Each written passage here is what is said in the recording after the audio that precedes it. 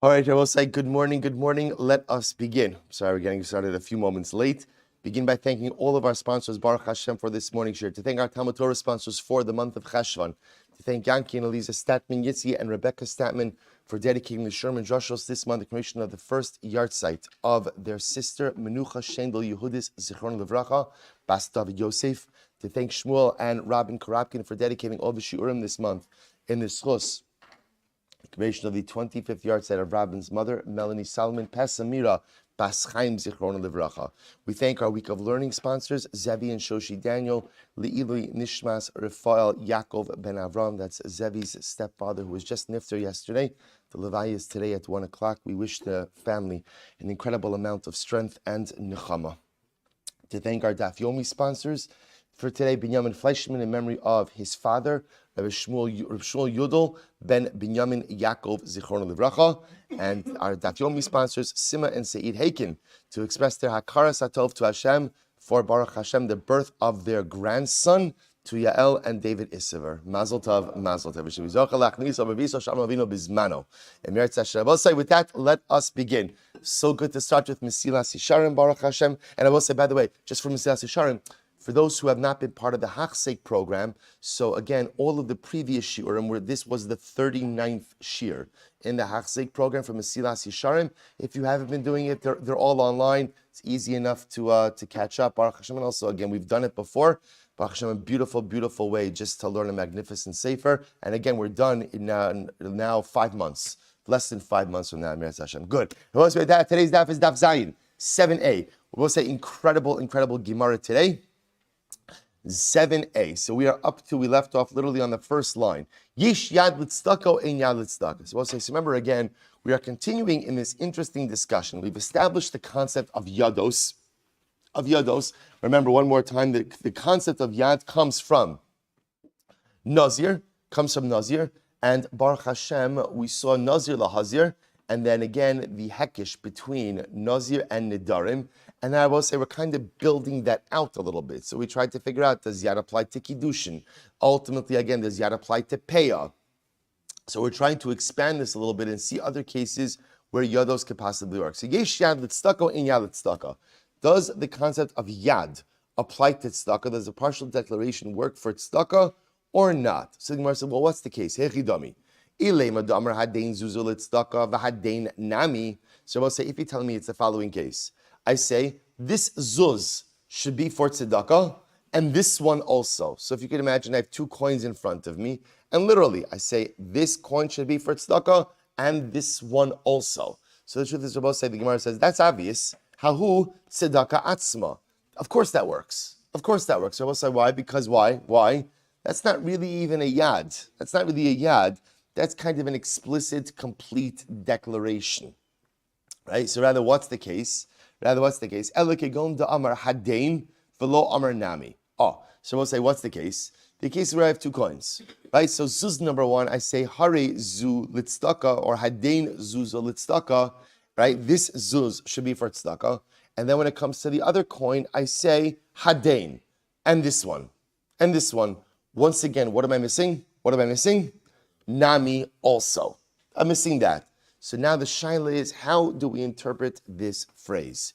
Do we say mai? So we say, what does this mean? Hadein nami l'tzedakah kamar? Am I saying that this particular second zuz should also be for tzedakah? O dilma, mai v'hadein. What does it mean v'hadein? What do I mean when I say and this one? Linafkusa ba'alma ka'amar. What I mean to say is this second one should be used for general expenses. And I just simply never got a chance to finish my statement. That's really what I meant to say was v'hadein, and the second one should be for, the first one is for tzedakah, and the second one the rest of the sentences should be used for general expenses. But I just never got around to finishing the statement. So we'll say, so that's the shaila. So we'll say, by the way, it's the same pattern as every question before. So obviously, again, if I say the first zuz is for tzedakah, v'hadein nami, and ultimately, again, this zuz as well, referring to the second one, of course the second one becomes tzedakah. The shaila is, I say the first zuz is for tzedakah, and then when it comes to the second one, I say, and this one. So how do we interpret that? And this one is also for tzedakah, and this one is for general expenses. That's the shaila. So the Gemara says as follows, Rabosai. So the Gemara says, Mi amrinan kevan de iskish lekarbanos. So I'll say, here we go. Now remember, in general, the concept of yad, as we've seen it, right, begins with nazirus, extends to nedarim. Now, once it extends to nedarim, also included in that are karbanos, right? Because a person can make a neder to go ahead and bring a carbon. So now watch this. Now the Gemara backs up a little bit, and the Gemara says, well, 1 second. Why would we think that a yad works by tzedakah altogether? So now the Gemara says, I'll tell you why. Mi amrinan kevan de iskish lekarbanos dichsev beficha zu tzedakah. So both said, listen to this. Because on one hand, I would say tzedakah is compared to karbanos.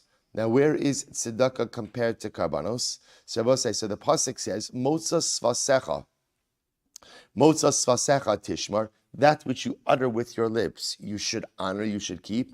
Va'asisa kasher nadartu l'Hashem elokecha, you should do that which you vowed to Hashem. Nedava asher dibarta beficha. Ultimately, again, a nedava that you spoke out with your lips. So again, on one hand, the pasuk is referring to karbanos, both neder and nedava. Beficha, the Gemara also understands to be referring to tzedakah. So you see this hekesh, you see this comparison between tzedakah and karban. So do we say ma karbanos yesh lehen yad, just like a karban has yad, in other words, yados work by karbanos, partial declarations work by karbanos. Af tzedakah yesh yad. So too again, yad works by tzedakah. O dilma, or maybe not to both. I said again, that's the havamina. Or maybe no, or dilma lebal ta'acher hu deiskish. Or maybe Rabbi say what? Maybe no halacha lemaisa. The comparison of tzedakah to karbanos is not to tell me that yad works. Rather, what does it do? It tells me that just as a karban is subject to bal ta'acher, so to what? Tzedakah is also subject to bal ta'acher. Just like a karban, if you take upon yourself an obligation to bring a carbon, or if you have an obligation to bring a carbon, you are not allowed to delay. And delaying your obligation is a violation of a biblical prohibition. So too, if you make a neder for tzedakah, right, you have to pay up that neder as soon as you can. And delaying it is also going to be asr. Incredible. So now, I want to point out, the Gemara doesn't answer it. So the Gemara leaves it as an open-ended question. Is there a yad for tzedakah or not? So therefore, I will say, so far, we have again, yesh yad likidushin, right? At the end of the day, is partial declaration for kiddushin work? Second question we had is there a yad for peah? And then now I will say, third question is there yad for tzedakah? Okay, let's go. We'll keep going. Yesh yad lahefker. So let's listen to this. Does a yad work for hefker? Do partial declarations work for hefker or not? So the Gemara says, so Ol Dilma, ein yad lahefker. So the Gemara says, hainu tzedakah. This is interesting. So I will say, isn't hefker essentially the same thing as tzedakah? In other words, as I will say, both are cases where what? I'm giving away something which belongs to me, right? I'm relinquishing ownership over something that belongs to me. So in other words, what the Gemara is just asking, isn't it the same question? In other words, obviously, there are differences between hefker and tzedakah, but both represent a relinquishing of ownership to, we'll call it someone or a group. So therefore, again, isn't it the same shayla? In other words, if there's yad with tzedakah, then bepashtos there would be a yad for hefker. To which the Gemara says, Imtim Salomar Kamar. So listen to this. Imtim Salomar Yeshad Litzdaka. So let's say now watch this. What does the Gemara means to say? Imtim Salomar Yeshad Litzdaka. If you hold that there is a yad for tzedakah, right? If halacha lemaisa, you hold that there is yad for tzedakah, then what? So the Gemara says, De'ein hekish lemechza. Because also remember again, if we hold that there's a yad l'tzedakah, now when would you hold this yad l'tzedakah? De'ein hekish lemechza. I will say, ein hekesh lemechza means when you make a hekesh, when you make a comparison between two things, that comparison is absolute.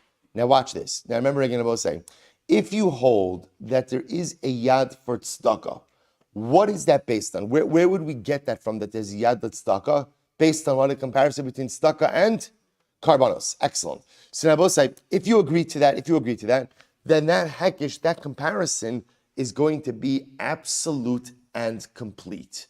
So therefore, again, ein heker shlemechza, then hefker miarmin hainu tzedakah. So we'll say, okay, so now that if you agree with the idea, or if you subscribe to the concept that there is a yad for tzedakah, okay, therefore, again, we'll say what that means is that essentially we compare tzedakah to carbon in multiple ways, meaning we'll say that just like a carbon is subject to bal ta'acher, not delaying, so too again, payment of tzedakah is also subject to bal ta'acher, and just like yad works by carbonos, so too yad will work by tzedakah.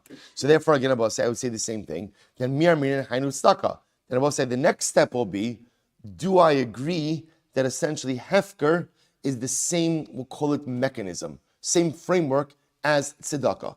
Therefore, again, just like yad will work by tzedakah, so too yad will work by hefker. O dilma, or what's the other possibility is, or perhaps shiny tzedakah. No, maybe tzedakah and hefker are not really the same thing. Why? So the Gemara says, the tzedakah lo chazi ela la'aniyim. Tzedakah is only fit, right, for aniyim, for the poor. Tzedakah lo chazi ela la'aniyim. Aval hefker, bein la'aniyim, bein la'ashirim. But ultimately, again, hefker is ultimately usable both for the poor as well as the rich. Okay, so we'll say, so that's our question. Now, once again, the Gemara doesn't resolve it. So we'll say, so now another open-ended question. Is there a yad for hefker or not? The partial declaration by hefker doesn't work or not. The Gemara leaves it as an open-ended question. Another one. By Ravina. Ravina asks the Shaila. Yesh yad lebeis hakisei. So we'll say, this now, by the way, is a total detour. So watch this. Is there a yad for a beis hakisei? Now, what does that mean, right? Beis hakisei is a bathroom, right? So what does that mean? So we'll say, I'll draw your attention to something very interesting. We'll say, one of the things I just want to point out to you in Maseches Nedarim is, if you notice, there's a lot of mafarshim on the page. And so the truth is, a lot of times we're not going through a lot of these mafarshim. So, again, obviously, if you ever have a couple of moments, it's also interesting to see the mafarshim are very often at odds with each other, just about how to read and understand the Gemara.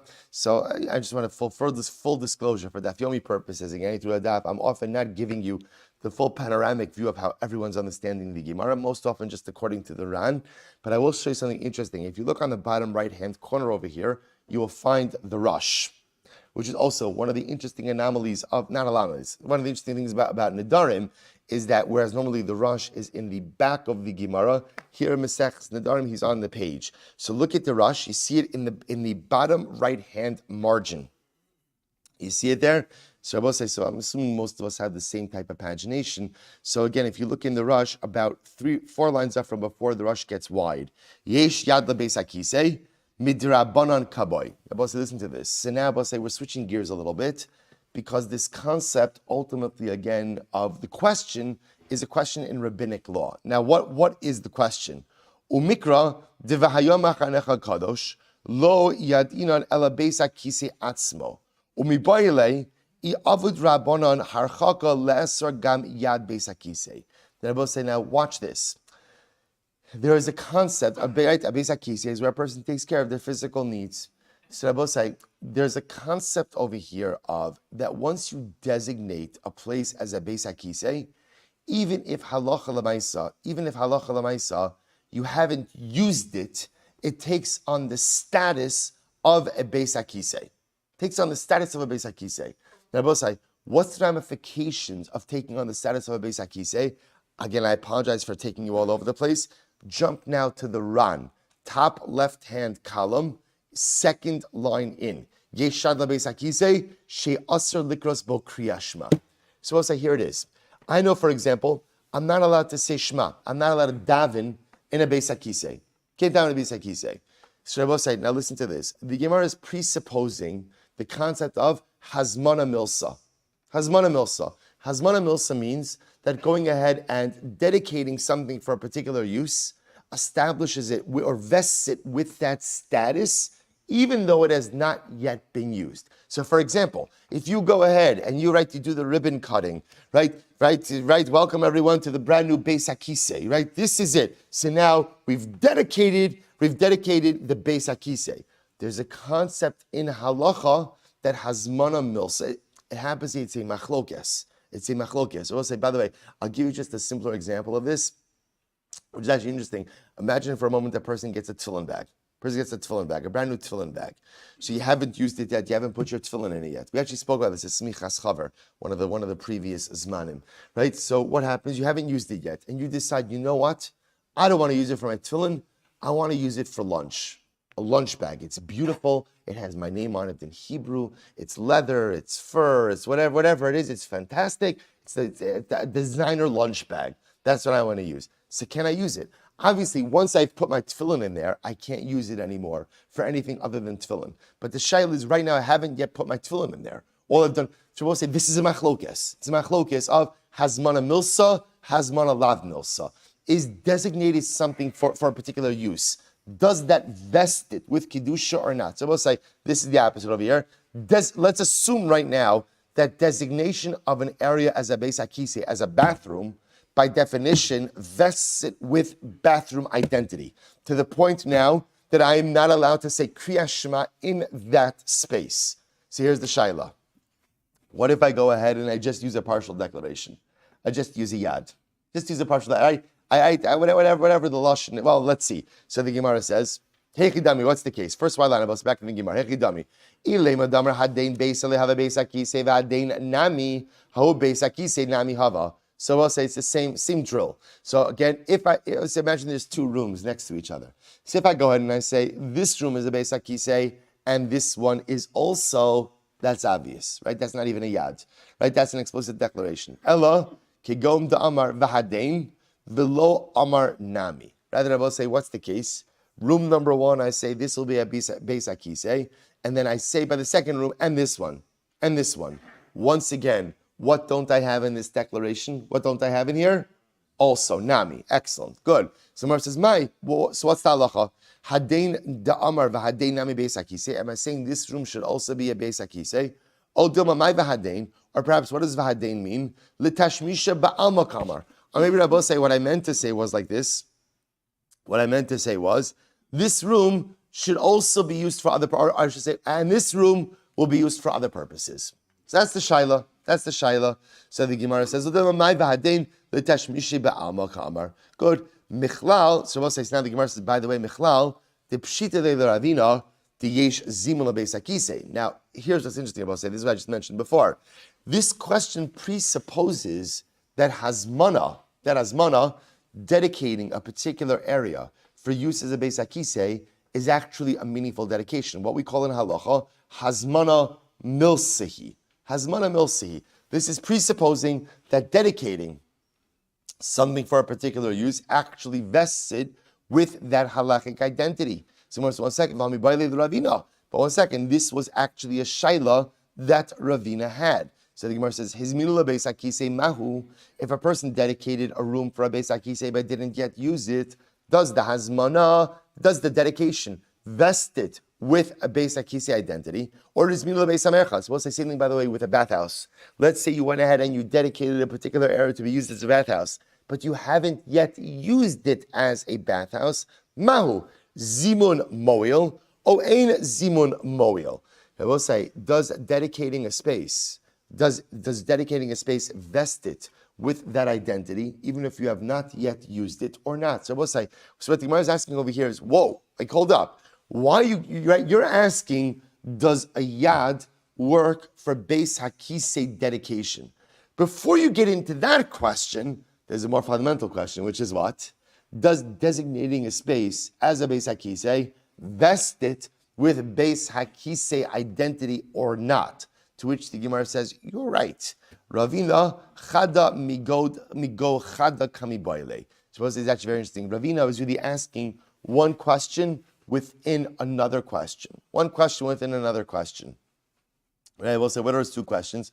Question number one is, zimun moil, o ein zimun moil. So we'll say, question number one is, does hazmana work? Right, in general. By the way, as I mentioned before, this is not just the din in beis hakise, this is a din in a lot of things in halacha. But let's focus over here. Question number one, I will say, is, when you designate a space as a beis hakise, or for that matter, as a beis hamerchatz, does zimun essentially again vest the space with beis hakise or beis hamerchatz identity? That's question number one. Good. Imtin sama yesh zimun. So now question number two is, if you hold that zimun works, that designating a space ultimately goes ahead and vests that space with the identity, then what?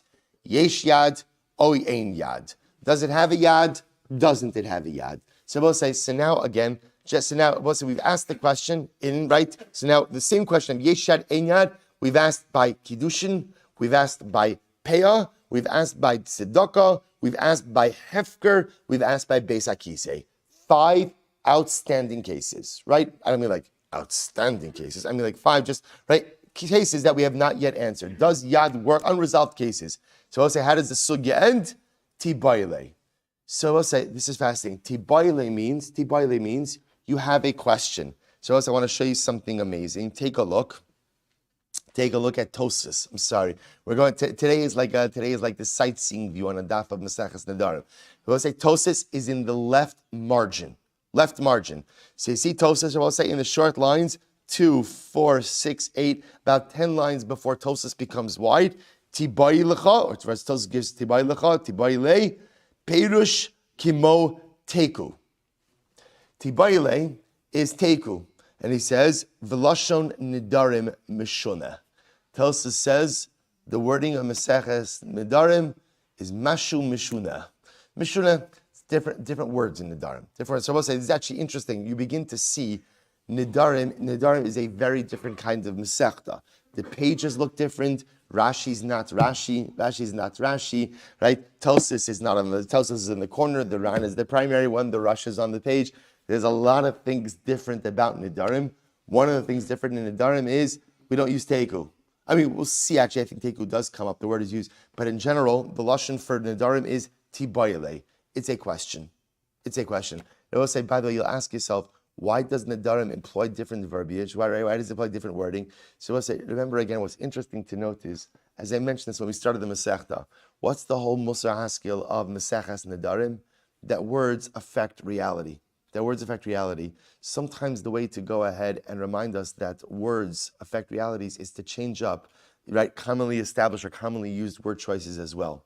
So it's the whole point of the whole takeaway of this Masechta is like we saw the Sfas Emes. Ish kiyafli, words are a pella, words are a wondrous amazement, that words could affect, that words could change realities, that our words make such a difference for ourselves and for others. So tell us Lashon, the Lashon Nedarim Mishuneh. The Lashon of Maseches Nedarim, I'll say, something a little bit different. So I'll say, if we have time, I want to get to the end of the daf, because I feel like I have like a streak to continue over here. So we'll get to it. I will say, I'll just point out the Ran, if you go back up to the top of the Ran, again, left-hand column, in the short lines, about 2, 4, 6 lines in. So the Ran himself says, Ule'inyan halacha b'kiddushin aktina l'chumra, the yesh yad, right? So the Ran himself says that by kiddushin, we're going to be machmir, and if you use a yad to be mekadesh on Rabbos, remember again, what was the case of using a yad to be mekadesh woman? Remember, Reuven goes over to Rachel and Leah. He gives Rachel 2 prutos. He says to Rachel, "Hare'at nekudesh es li," right? And then he turns to Leah and he says, "V'gamat," right? So we don't know exactly what that meant. So the Ran writes, we're going to go l'chumra, because since kiddushin is a suffix d'oraisa, we're going to go l'chumra, and Leah is going to be mikudeshes misafek. Again, if we have time, he says, "Bepei b'tzedakah kasav arash bazal nami dazlina l'chumra." So the Rash writes that by peah and tzedakah, we're also going to be machmir and say that a yad ultimately works.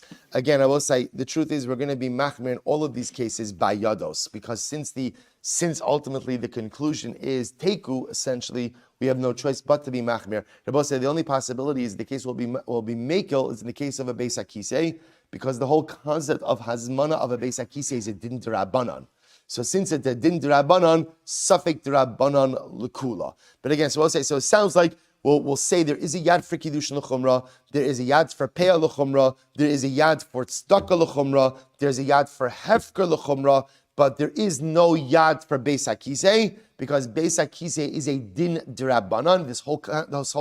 We'll say first of all, in general, the concept of a beis hakisei having a certain identity is a d'Rabbanan.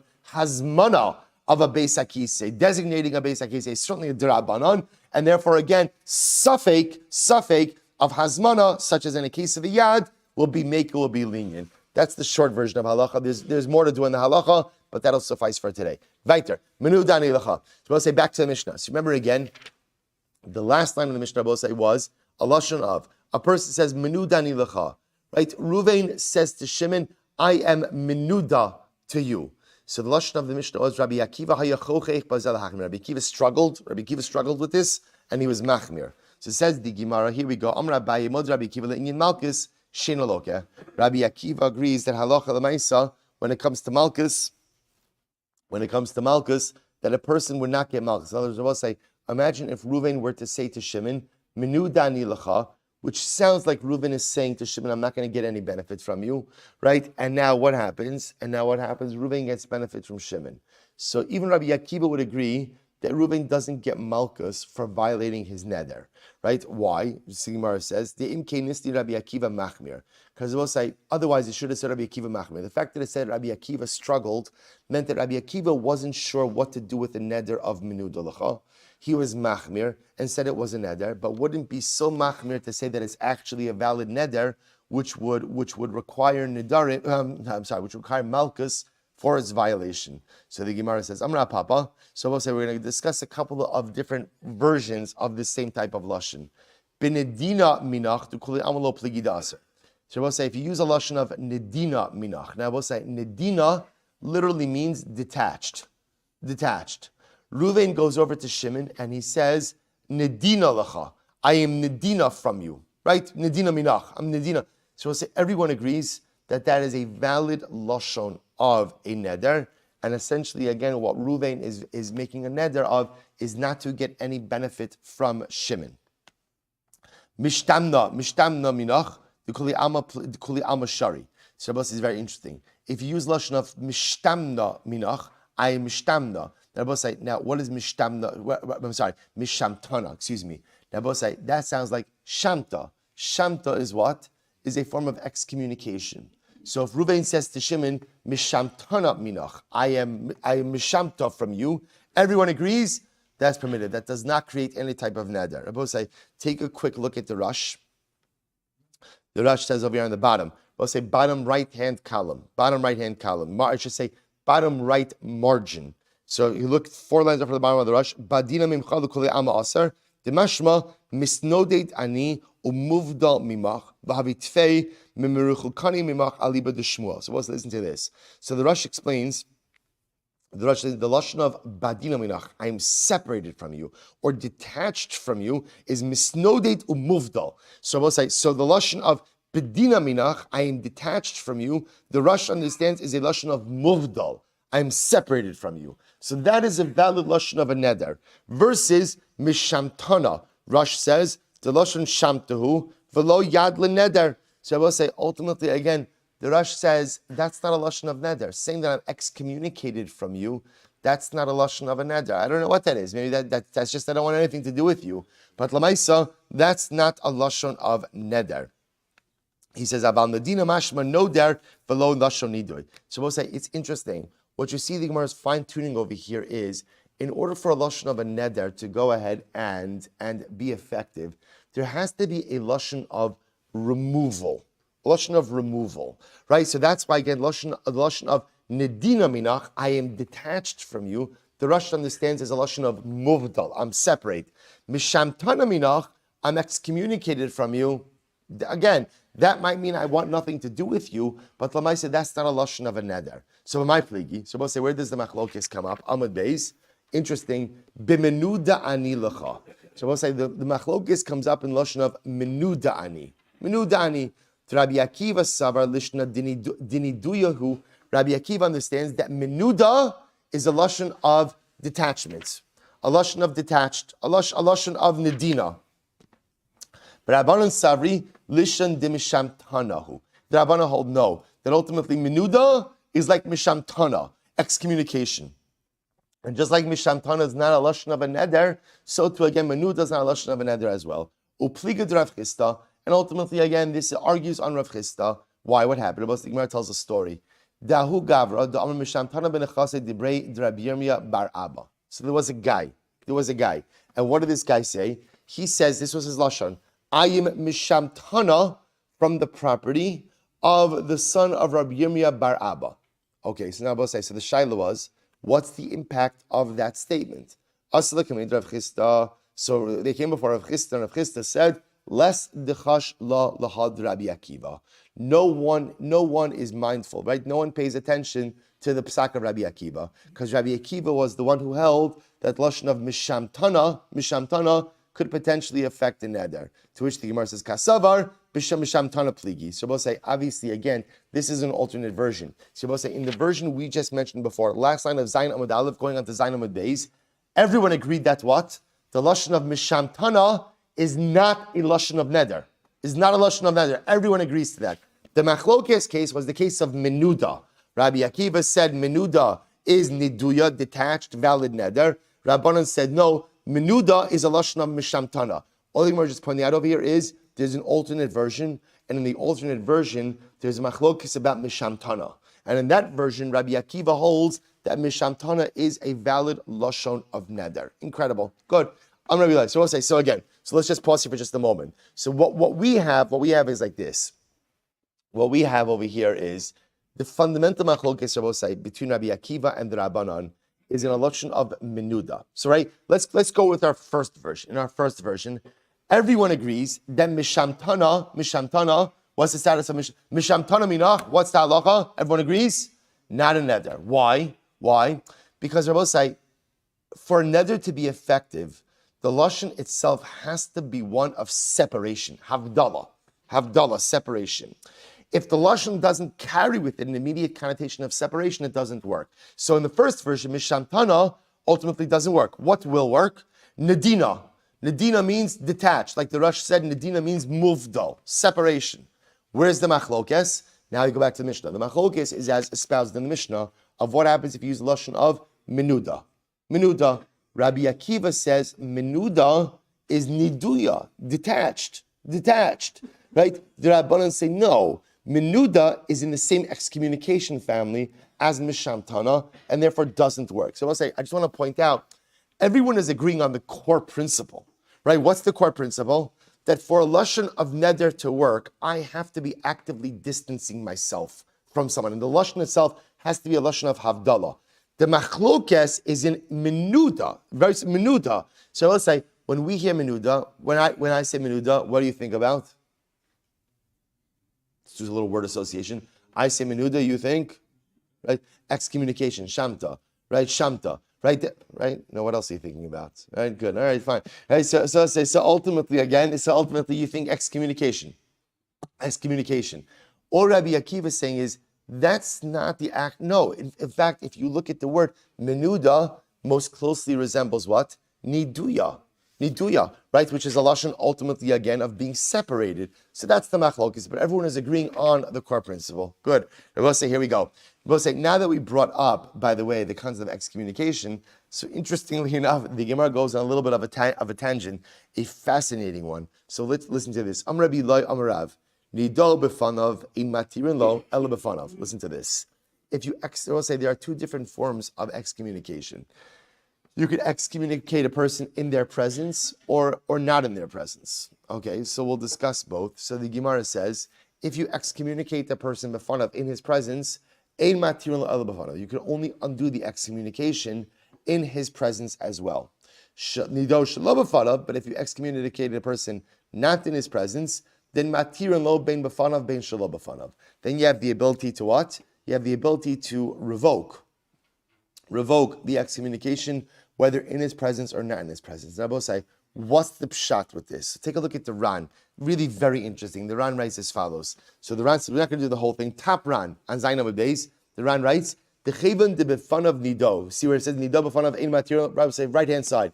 Right? We said before, Gemara just said, if you excommunicate a person in his presence, you have to undo. You have to revoke the excommunication in his presence as well. Writes the Ran, Techivan de befanav nido. Since you went ahead and excommunicated him in his presence, so alim niduya, the nidui, the excommunication is very strong. V'lo me'akar ela befanav, and ultimately again it can only be undone in his presence as well. Dumya demai damrina perak hasholeach. So Rabbi say, the first approach of the Ran is that it's a din in the severity of the excommunication. So if you excommunicate a person in his presence, that's a more severe form of excommunication. Could only be undone in his presence as well. But then look what the Ran says, second line, in the middle of the second line. Below Nehira, Ran says, I don't think that makes sense. And rather, I think the reason is like this. It's very interesting. Elataima de milsa mishum chashada di matirin lo shalo befanav pamim shiatiru v'amenuda lo yada ukishalo yinagu bo nidui yavo lechashada. So we'll say, listen to this. Fascinating. The Ran says it's for a more practical reason. So we'll say, if you let's say we excommunicate Ruvain. Okay, so now Ruvain is excommunicated. So we'll say, if we undo the excommunication, now we'll say we're going to see what happens in excommunication. What happens? You're not allowed to walk in dalaramas to that person. You're not really allowed to talk to that person. You can't conduct business with that person. So imagine for a moment we excommunicate Ruvain. And now what happens? We undo the excommunication. So we excommunicated him in his presence, and now we revoke the excommunication not in his presence. So what's going to happen? Monday, Reuven was excommunicated. Monday afternoon, we revoked it. Monday night, what's happening? People are giving Reuven Shalom Aleichem. He's getting Shabbos invitations, right? They're doing business with him. And I will say, from Reuven's perspective, there are two possibilities. He could think that the excommunication was revoked, or it's possible that what? People are just taking liberties with the excommunication. And it could lead to a fundamental erosion of the severity with which people approach these excommunicatory practices. Therefore, again, the Ran says, in order to avoid any misunderstandings, if a person was excommunicated in his presence, that excommunication has to be undone in his presence as well, in order that it not lead to an erosion of the severity of how we approach excommunications in general. Good. The Rush goes on. However, again, if he was excommunicated not in his presence, right? So it already happened outside, and now he sees people weren't interacting with me yesterday. Today they are. He'll assume that what? The excommunication was undone, was revoked. But again, that's okay. It was done in his presence, therefore revoked not in his presence as well. Good. So the Gemara says as follows. So the Gemara says, good. Amar Rav Chanin, Amar Rav, we'll say incredible Gemara. Hashomei askaras Hashem mipi chavero. We'll say if a person hears chas shalom that his friend curses the name of Hashem. Askaras Hashem. Now askaras Hashem, we'll say says that to mean the cursing chas shalom. It could also mean a taking of Hashem's name in vain. Person hears that his friend is abusing the name of Hashem. Sarich lindoso. Ultimately, again, such a person himself has to be excommunicated. Ve'im lo nidu, who asked me there? Rosai, so what does this mean? What does this mean? If I hear my friend abusing the name of Hashem, chas shalom, cursing it, taking it in vain, I am obligated to take action right then and there, to literally excommunicate my friend. And if I don't take action, ve'im lo nidu, hu atzmo yihei benidui. The person himself, who's the person himself? Again, I'm standing next to Ruvain. I hear Ruvain, go ahead and take Hashem's name in vain, or curse Hashem's name, chas v'shalom. So I'm obligated to take action and excommunicate Ruvain right there. How I do that, well, we'll see. Right? And if I don't, and if I fail to take action, then what? Then I am held liable. I should be excommunicated. I would say, by the way, what a profound Musar Haskell.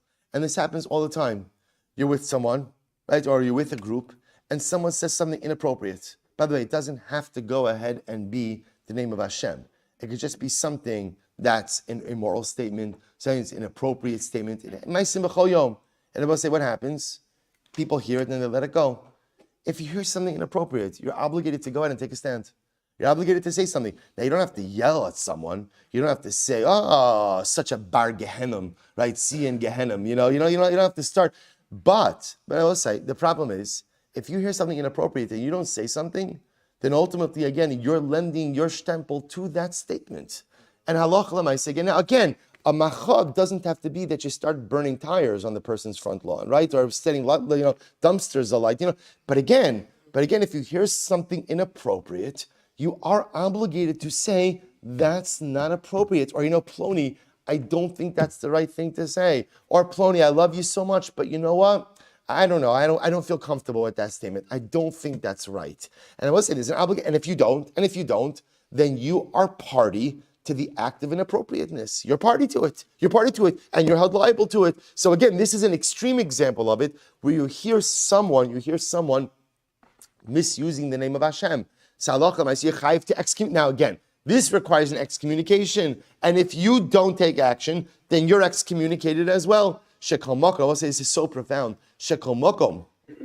Now, by the way, the Ran points out over here, if you look at the Ran, almost right across the Gemara on the right-hand side, Vimlo nidu hu atzmi nidui. So again, the Ran says, Lo shiyehei nidui me'elav. So we'll say, obviously, if I hear Ruvain misuse the name of Hashem, and I don't take action, right? So now the Gemara says, I should be excommunicated. So the Ran just points out, it doesn't literally mean that I am like automatically excommunicated. Ela ro'i le'isnados kamar, shamaskir atzmo tzarach nidui, v'heich yehei chamer mimenu hashomea v'shosek el kidamar. So I'll say, so of course it doesn't literally mean that if I don't take action, I'm in an immediate state of excommunication. Ultimately, again, what it means is, if I hear something inappropriate and I fail to act, I am held liable. I'll say, it's such an incredible yesod, that if you are in a place and something inappropriate is occurring and you don't act, and I will say, by the way, I want to point out, this is by parenting also. By parenting, right? One of the most difficult things in parenting we know is you can't call out your kids for every single thing. You cannot. Because if you call out your kid for every single infraction, you lose the relationship and you lose the ability to really insert yourself when something really serious goes on. But sometimes what that ends up happening is parents just kind of, not getting involved in anything. Right? So my kid does stuff, and I know it's not appropriate, but I don't want to say, yeah, again, so there is that fine line. There is that very delicate balance. But there are certain things that if my child is involved in, my child is doing, as a parent, I have an obligation to say something. And if I don't, I'm just as responsible for the commission of the act as my child is. That balance is a very difficult, but that's the Chazal are saying. Sometimes we just like to be innocent bystanders in life. Hey, I'm not involved. If you're there, you're involved. If you're there, you're involved. And if something inappropriate goes down, then Lamaisa, you have liability for that. Such an incredible yesod. So the Gemara goes right there. Shekol makom shaskaras Hashem mitzuya was the incredible Gemara. Because any situation where the name of Hashem is misused or abused, so the Gemara says, Mitsuya sham, Shekol zman shaskaras Hashem mitzuya, sham anios mitzuya. I will say, wherever there is an abuse of the name of Hashem, ultimately, again, poverty always follows. And I will say, where do we know that from? That wherever there's an abuse of the name of Hashem, there's always poverty as well. Look at the Ran, Shekol makom, Taima kayoyev l'may da'aminon, v'imloni dohu atzmo yebenidui, she'achshav chomer, d'shemaniyos mitzuyik, d'chsev, b'chol makom asher askir eshmi, avo elecha berachticha. So I will say, this is incredible. The pasuk says, in any place, Hashem says, any place where you remember my name, I will come there and bless you. So the Gemara understands from the fact that proper use of Hashem's name results in blessing, therefore what? Inappropriate misuse of Hashem's name brings the antithesis of blessing. What's the antithesis of blessing? Poverty. It's incredible. It's incredible. So there's no explicit pasuk that tells you that abuse of Shem Hashem leads me to poverty. It's just if proper use of Hashem leads to bracha, misuse of Hashem's name leads to the antithesis of bracha, ultimately poverty. They're both saying, now watch this. So the Gemara says, Va'anius kimisa. And this is incredible. Ultimately, poverty is the equivalent of death. Right? Poverty is like death, right? The pauper struggles so much that it's as if he's experiencing death. Shabbosai, just to understand over here, what's the idea? The idea is we're trying to figure out, why is it that if I hear an abuse of the name of Hashem and I don't take action, I'm held liable? Because wherever there's a misuse of Hashem's name, ultimately, again, there's anios, there's poverty. We learn our poverty from the fact that that's the antithesis of bracha. Poverty is like death. Excommunication is equivalent to death. So from here we see, again, it's a little bit of a prolonged limud, but from here we see that someone who hears a misuse and abuse of the name of Hashem and fails to do anything is ultimately subject to a form of misa. What type of misa? Not actual death, but lamaisa again, excommunication. Absolutely incredible. I will say, by the way, this last piece, how do we know that poverty is like death? So the Gemara says, Shne'emar ki mesu kol ha'anoshim, because we'll say by dasan and aviram. By Das HaKadosh Baruch Hu tells Moshe Rabbeinu that you can go back, as after the burning bush, you can go back to Egypt. Go back to Egypt. Why? Because all of the people who sought your demise, right, are no longer. Who are the people who sought Moshe Rabbeinu's demise? Dasan and Aviram. Dasan and Aviram. And Hashem said they're dead. Dasan and Aviram weren't dead. They were alive and kicking. They caused plenty of problems in the desert as well. So why does it say they were dead? Because they became impoverished. So we'll say from here you see ani chashuv kameis. A poor person is like a dead person. And we'll say, we know a person struggles financially and doesn't have money. It's a pain. It causes a pain that is like the pain of death in the eyes of Chazal. The Gemara says, "V'chol makom shenasnu chachamim einayim." V'tanya, we learned any place where Chazal. As you know, we'll say we'll stop over here for today. I ruined the streak a little bit. All right, fine. Again, we'll say incredible Gemara tomorrow as well. But we'll stop here. We're not finished with this sugya of Shomea Askaras Hashem. Shkayach. We'll stop here. More tomorrow.